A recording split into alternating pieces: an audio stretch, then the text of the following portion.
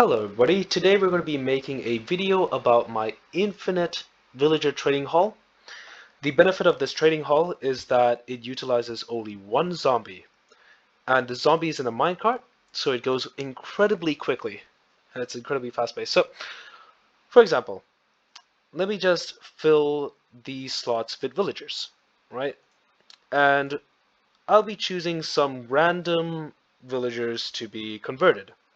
So yeah, we have everything slotted. So let's say that I want to first convert the villager over here. I then want to convert this villager. I'll just take one from each, and finally this villager here. All right, so now I've selected all the ones I want to convert. As you can see, this villager has already been converted by our zombie. I'm going to press this button, and you'll see the zombie starts to move, stops, and starts hitting the second villager that we want to convert. After the conversion process, we press this button, and the zombie will continue moving to the next set. This system in between is the stopping mechanism to make it so that the zombie speed is reset, and basically it travels it basically mimics the exact same thing as uh, the first block. I'm going to push this, and you'll see that the zombie goes again, stops before moving, before it finally reaches the final destination, hits this villager a few times, zombifies it, and then goes all the way back to base, where it's just a bunch of rails to connect it. It finally gets over here, where it activates a detector rail, closing the piston before a brief period of time before the piston puts the zombie. Basically, the reason why there's glass here is to reset the zombie aggro. This is important because if you don't reset the zombie aggro, your zombie won't actually attack the villager you want it to attack. It'll only attack the villager that the first villager that it set its aggro on. In any case, about this system, as you can see, each block there are 8 villagers, separated by a 5-block gap in between. And yeah, you can just build this an infinite number of times. So, enough said, let's actually get started with the tutorial.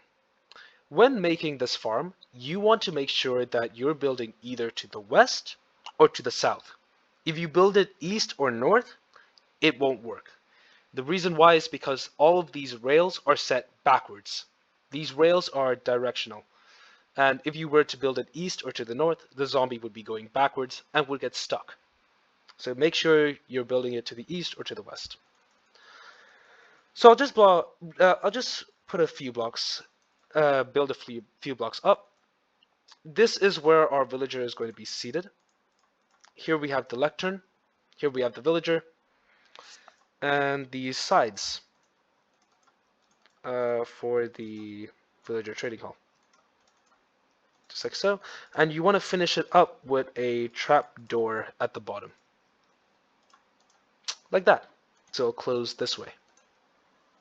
Now, let's talk about the wiring process. You can use a button or a lever. If you use a button, you are going to need to make a T flip-flop. The way that I've done this is with a oxidized copper bulb, or just a copper bulb. Doesn't need to be oxidized or anything like that. You then have a comparator, and then you have a piston moving up like this. Now when I press this button, you'll see the piston goes up. When I press it again, the piston goes down. If you wanted to build this with a lever instead, you can do, it's actually cheaper. You just put some redstone here, you replace this with a lever, and when you flick it on, the piston goes up,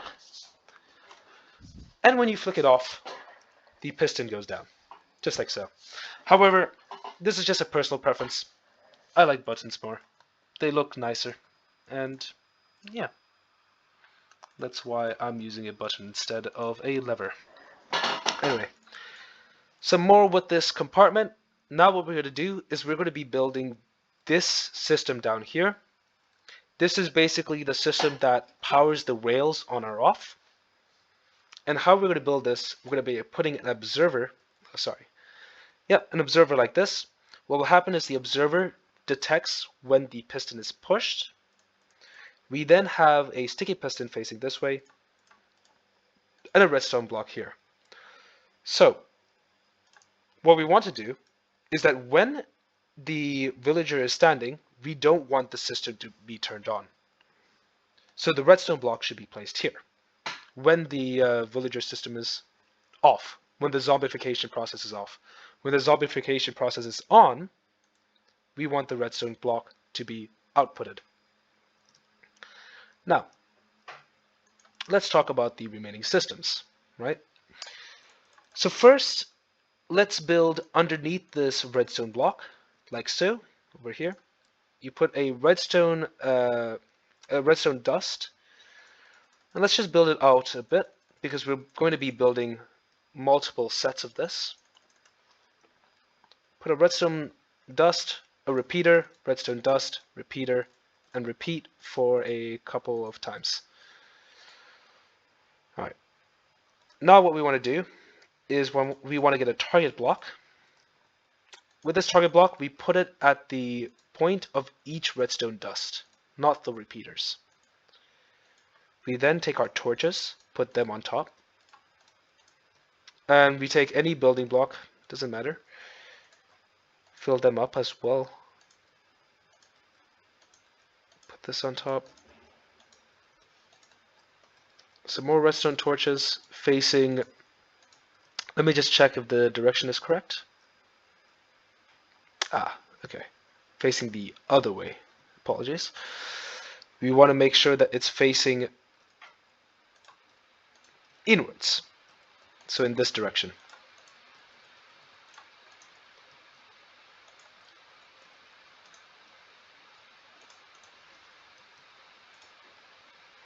And put an additional one over here. Then we want to put a redstone torch on top of each one of these blocks. Finally, cover this with stone, or again, any building block, before putting redstone torches in a zigzag formation and putting a stone block on the highest redstone torch. And then finally, put a redstone dust on top. Now the reason why the redstone dust is here is to close this trap door. So when the redstone dust is powered on, this trap door should be closed. The reason for this is because trapdoors count as solid blocks, so the zombie won't be able to see the villager when the trapdoor is closed. This is important as when your zombie is moving, for example, when I press, let's just say this button here, all of the trapdoors are closed except for the trapdoor that the villager is in. And this will make it so that it won't see any other villagers before seeing this one. Please note as well, for example, if I convert this one, right, you'll see that all the trapdoors are open. It's because the system works as a chain. But don't worry, this isn't an issue because the zombie from this point of view cannot see any of the villagers in front of it, except for the villager that it's directly placed on. And I'll demonstrate that by converting this one. So you see that it immediately starts converting this villager instead. And the reason why is because it didn't see this villager. And when it passed by it, the redstone dust was already on, which reset the aggro. Moving on to the farm. So yeah, this is almost complete. What we have to do is we have to set up the railing. The way that we do this, we put a stone block here, right next to the piston, with 2 sticky pistons on either side. And for the start, what you want to do is you want to have this go on by 2 more 2 more building blocks before having it stop right. Basically this formation. You then want to get your rails out. It's a power railed, 2 normal rails. Then it's just going to be alternating power rail, normal rail. And it's also going to be alternating building block, sticky piston. And you're going to do this 8 times. The reason why it's 8 is because if it's more than 8, it goes too quickly. So let's just check. So this is 1, 2, 3, 4, 5, 6, 7, 8. And the final sticky piston. So again, alternating between power rail and normal rail, like so. And we need to finish up the wiring as well for the remaining 8 systems.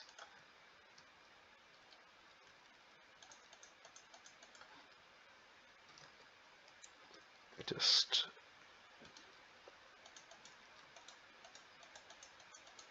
again, the wiring is just repeated over and over again.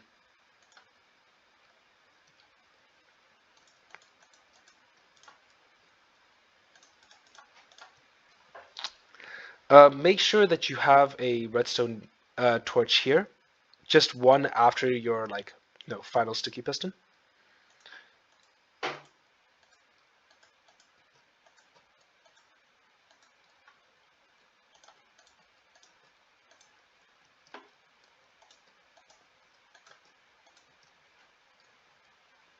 For this one, you don't need to do anything because this is the last block.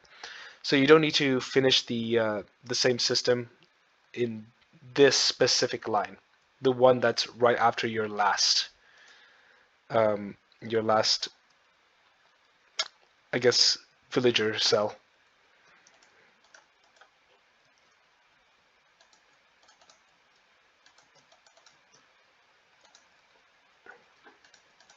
And then you just want to power these on.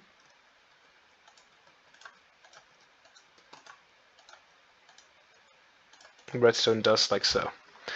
Now I won't create every single one of these holding cells. They're the exact same.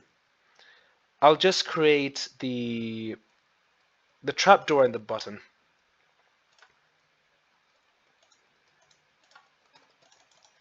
So you see that there's a space for each one.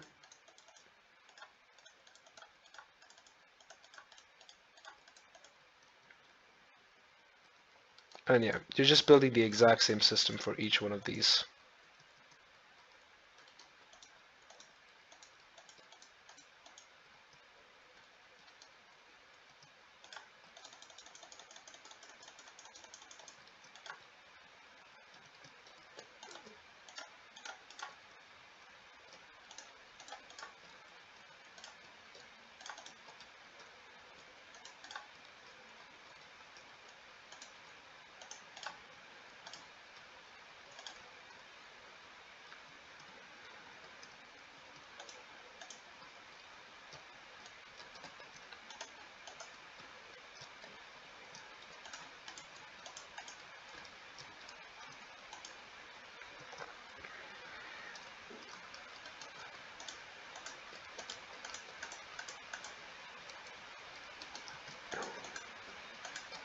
Now, again, be careful with this system.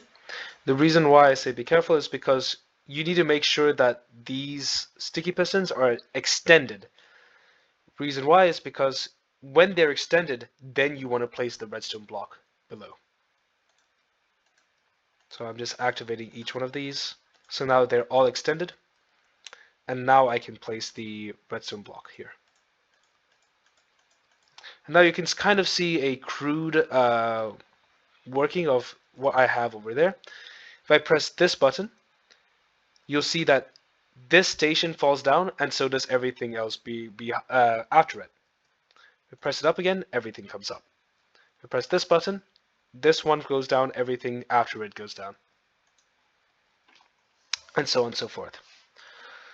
So this is essentially the system. Now you just have to create the same holding cells, I guess you could say. Yeah, you just have to create these villager pods and bring them over.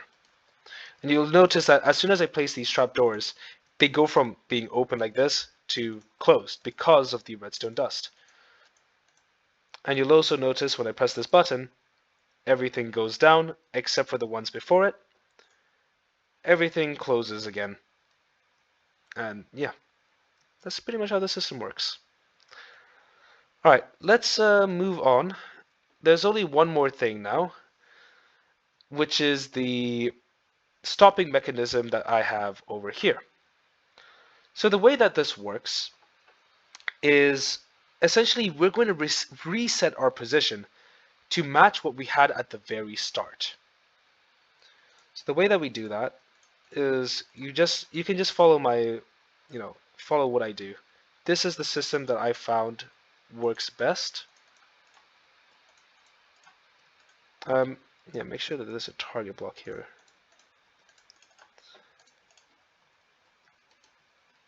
And yeah, this is pretty much it. Now what we do, we take the rails like so.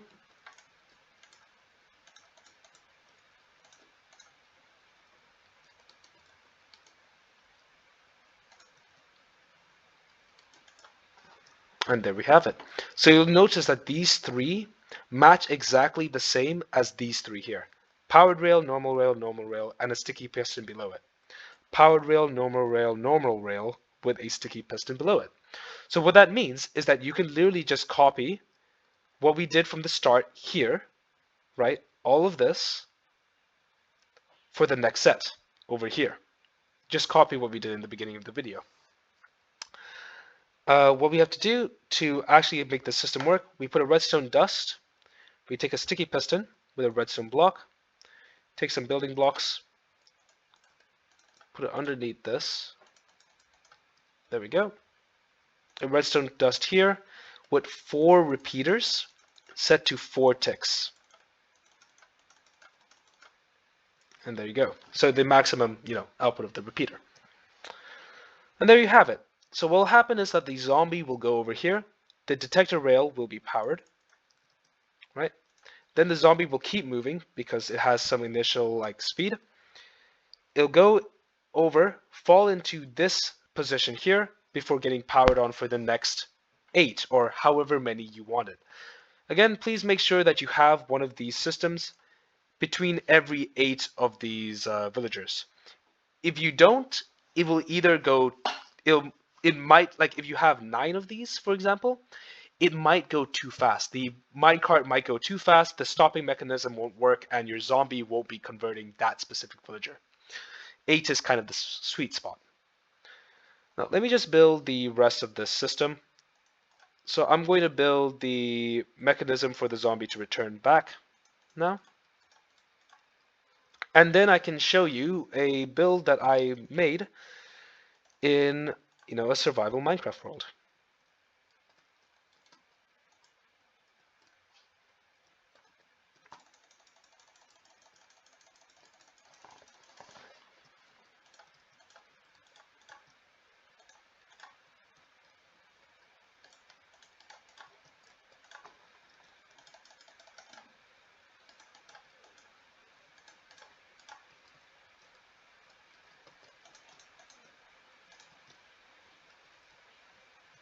I will also note, another thing you may want to do, put some powered rails here.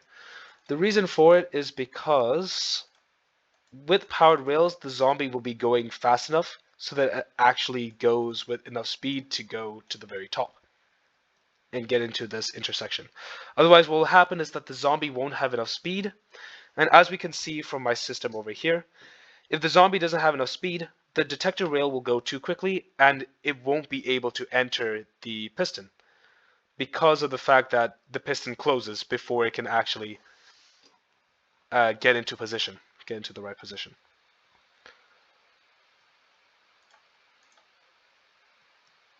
I think I may have to build this one block to the left.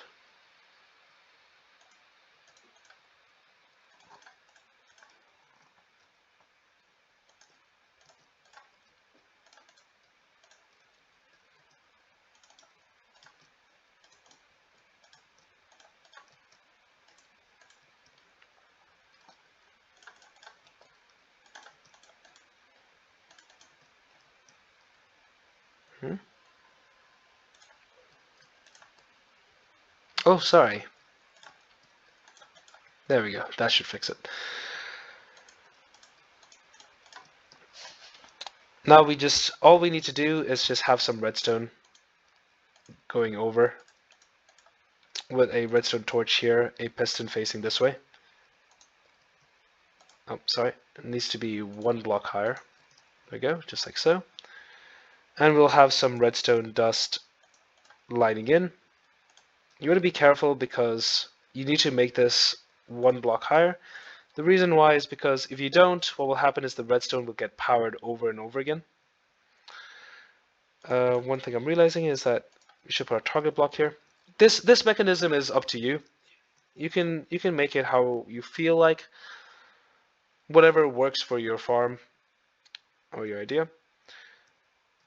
And yeah, this should all be in order now. So let's get let's get our zombie. Get some rails.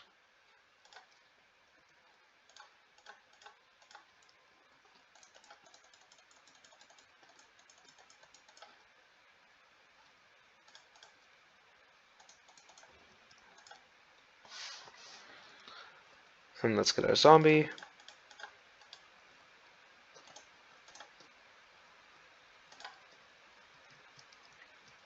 And as you can see, the system works fine. Now let's say that I want to put it to this pressure plate right here.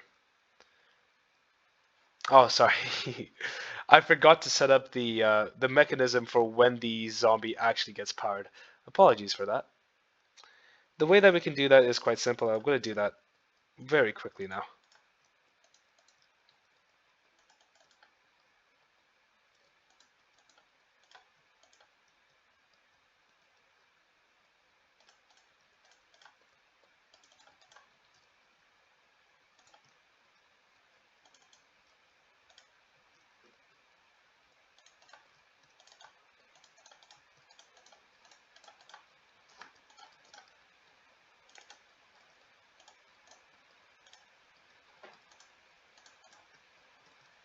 Okay, and this is adjustable. You can probably make it look a lot cleaner than how I'm doing it.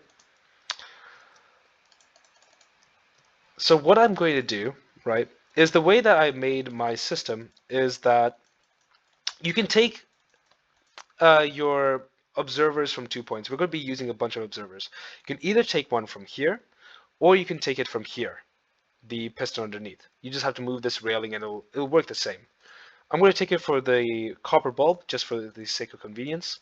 What you want to do is you want to have a redstone dust with a repeater moving back and forth. I'm not sure if you can alter this. I think you may be able to, but this is just what works for me. Anyway, in the end, you want to make sure that it's specifically 2 ticks. Sorry, not 2 ticks, 4 ticks. The reason for that is because what we're going to have it attached to is a pulse extender, and it won't work if it's only 1 tick. Now you're just going to set up the system. This comparator is facing, I guess, away from us. This one is facing towards us. And then you'll just have a bunch of redstone hooked up to make sure that this doesn't connect to the system over here. Actually, no, you should have it connecting so that when the system starts, the piston will go backwards. So now let's actually have this work. I'll press this one, for example. You'll see that it goes. The redstone is there, and the zombie is at the exact position that we want it to be in. When we press it, it'll go forward. Oh, didn't mean to have that additional minecart there. It'll go forward, go all the way back, and the position will be reset. Okay. The reason why it did that is because this detector rail was connected to this redstone, which powered it on. But now you can see that it just turns off.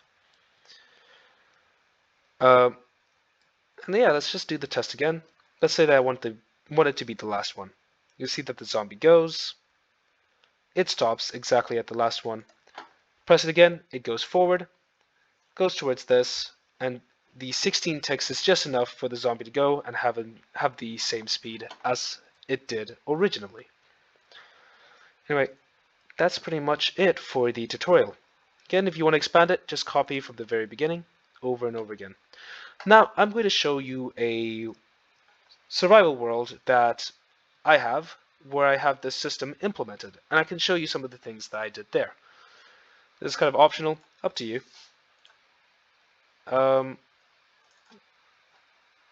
So this is one of my servers.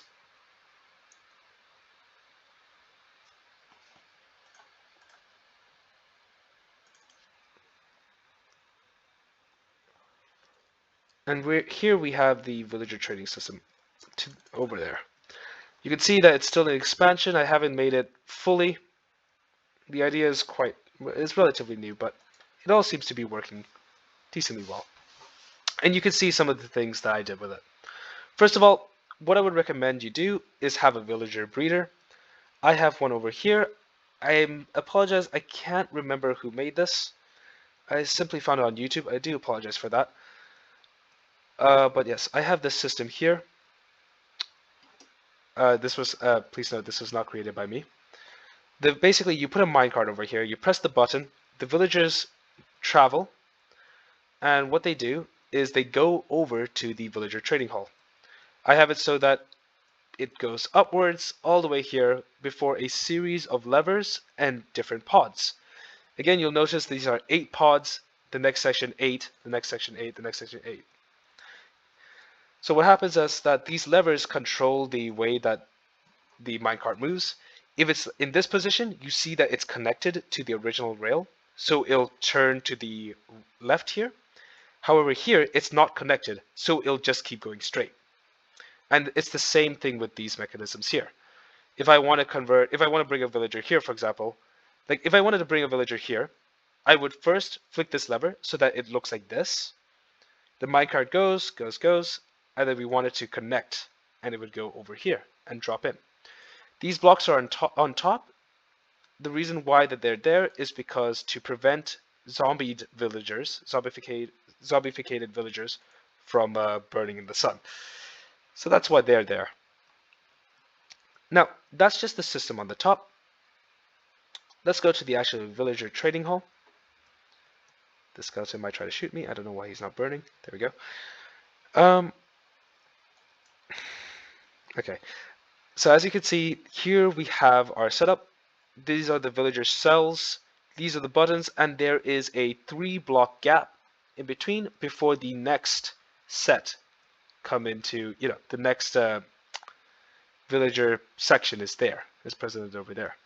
You can see that there's a 5-block gap in between, and again, this setup here.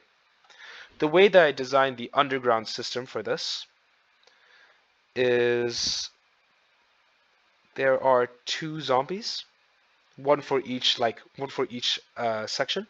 Here's zombie number 1, here's zombie number 2 over there, and yeah, they have 2 different rails. So what happens is that they go down, they come over here before returning back to their original position.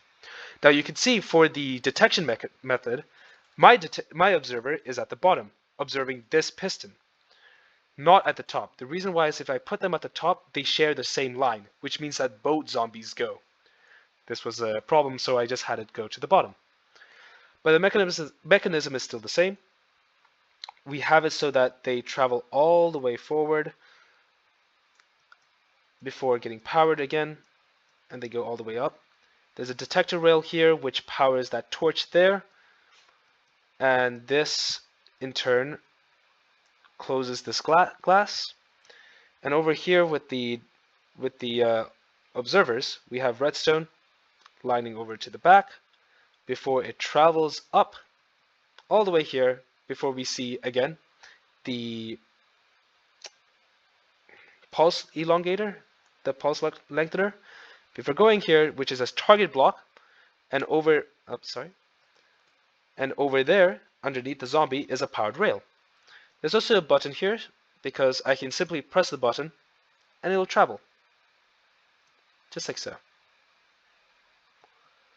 The reason why you saw the glass go back as well is because this target block basically powers this line, which powers this piston, making it so that it goes backwards. Anyway, that's it for the system.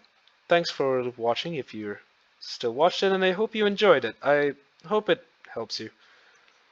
Yeah, that's pretty much it. Thanks and have a nice day. Bye bye.